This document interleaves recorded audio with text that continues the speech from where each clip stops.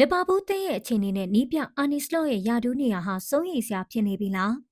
လီဗာပူးနဲ့ပတ်သက်လို့မှတ်ချက်ပေးလာတဲ့ပြိုင်ဘက်ဝက်ဆန်နီးပြနူနူဆန်တိုအားလုံးပဲမင်္ဂလာပါကျမတို့ရဲ့ channel ကနေပြန်လည်ကြိုဆိုလိုက်ပါတယ်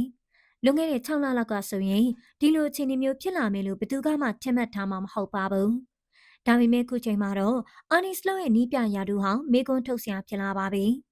ပြီးခဲ့တဲ့ဗုဒ္ဓဟူးနေ့ကအင်ကွင်အန်ဖီးလ်မှာကစားခဲ့တဲ့ချန်ပီယံလိပွဲစဉ်မှာ PSV Eindhoven အသင်းကိုတကူးလေးကိုဆိုရင်ရလက်နဲ့အရှက်ရပွဲရှုံးနေခဲ့ရပါတယ်။ဒါလီဗာပူးအသင်းရဲ့12ပွဲကစား9ပွဲမြောက်ရှုံးပွဲဖြစ်ပြီး82နှစ်အတွင်းအဆိုးရွားဆုံးစွမ်းဆောင်ရည်လေးဖြစ်ပါတယ်။နယ်သာလန်နီးပြချင်းအာနီစလော့ဟာပြီးခဲ့တဲ့မေလတုန်းက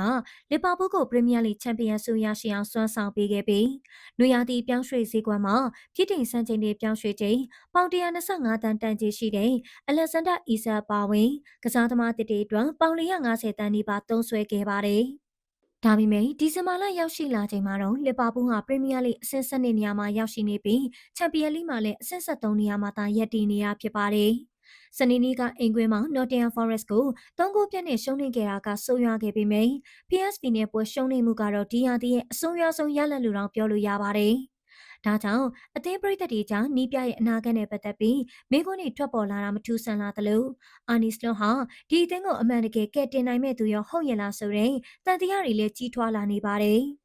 စလော့ဟာ2024ခုနှစ်မှာရှာဂန်ကလော့ရဲ့နေရာကိုဆက်ခံခဲ့ပြီးမျော်လင့်ထားတဲ့ပိုကောင်းတဲ့ရလဒ်တွေနဲ့မနစ်ကပရီးမီးယားလိချန်ပီယံဆုကိုရယူပေးခဲ့ပေမယ့်နွေရာသီပြောင်းရွှေ့မှာ Trent Alexander-Arnold နဲ့ Luis Diaz, Darwin Núñez တို့လိုအဓိကကစားသမားတွေထွက်ခွာသွားတာကစားသမားတွေအများကြီးဝင်ရောက်လာတာနဲ့ပေါ်တူဂီတိုက်စစ်မှုဒီကီယိုဂျိုတာရဲ့မထင်မှတ်ထားတဲ့ကွယ်လွန်မှုစားတဲ့ကမောက်ကမဖြစ်ရတွေကြောင့်စလော့ပေါ်နားလည်ပြီးသူတွေရှိနေပါတယ်။လာမယ့်တနင်္ဂနွေနေ့မှာတော့လီဗာပူးအသင်းနဲ့ရှင်ပြိုင်ရမယ့်အင်ရှင်ဝက်ဆမ်အသင်းရဲ့နီးပြနူနိုဆန်တိုကတော့လီဗာပူးရဲ့လက်ရှိပုံစံမကောင်းမှုဟာတကယ်တော့အရေးမကြီးဘူးလို့မှတ်ချက်ပေးလာခဲ့ပါတယ်။နူနိုက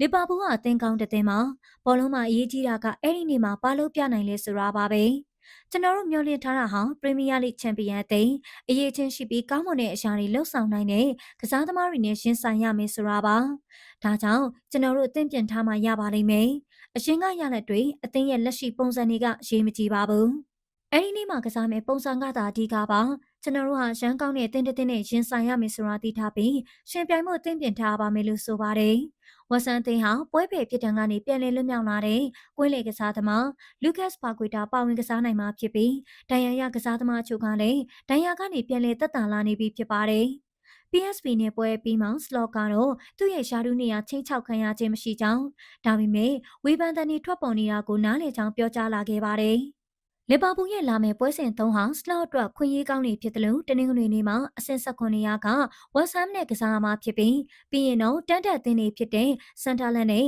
လီစတိုနဲ့ရှင်ပြိုင်ရမှာဖြစ်ပါတယ်။လီဗာပူးနောက်ခံလူဟောင်းဂျေမီကာရီကာကတော့ကျွန်တော်ကတော့နီးပြကိုယုံကြည်ပြီးစက္ကန့်ထားတဲ့ဘက်ကပါ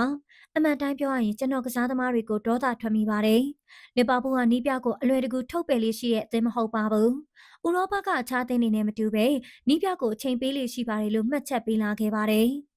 ဒီတော့ပရိသတ်တို့ရောအာနီစလော့ကိုချိန်ဆက်ပေးသင်လားဒါမှမဟုတ်အပြောင်းလဲလုပ်ဖို့လိုအပ်နေပြီလားနောက်ဆုံးပွဲစဉ်ဒီမှာပုံစံကောင်းတွေပြန်လည်ပြသလာတဲ့ဝက်ဆန်အသင်းကိုနိုင်ယူပြပြီးအချိန်ဒီဆိုးတွေကနေရုံထလာနိုင်မလားသင်တို့ရဲ့ထင်မြင်ချက်တွေကိုလည်း comment မှာဝေမျှပေးသွားကြပါအောင်ရှင်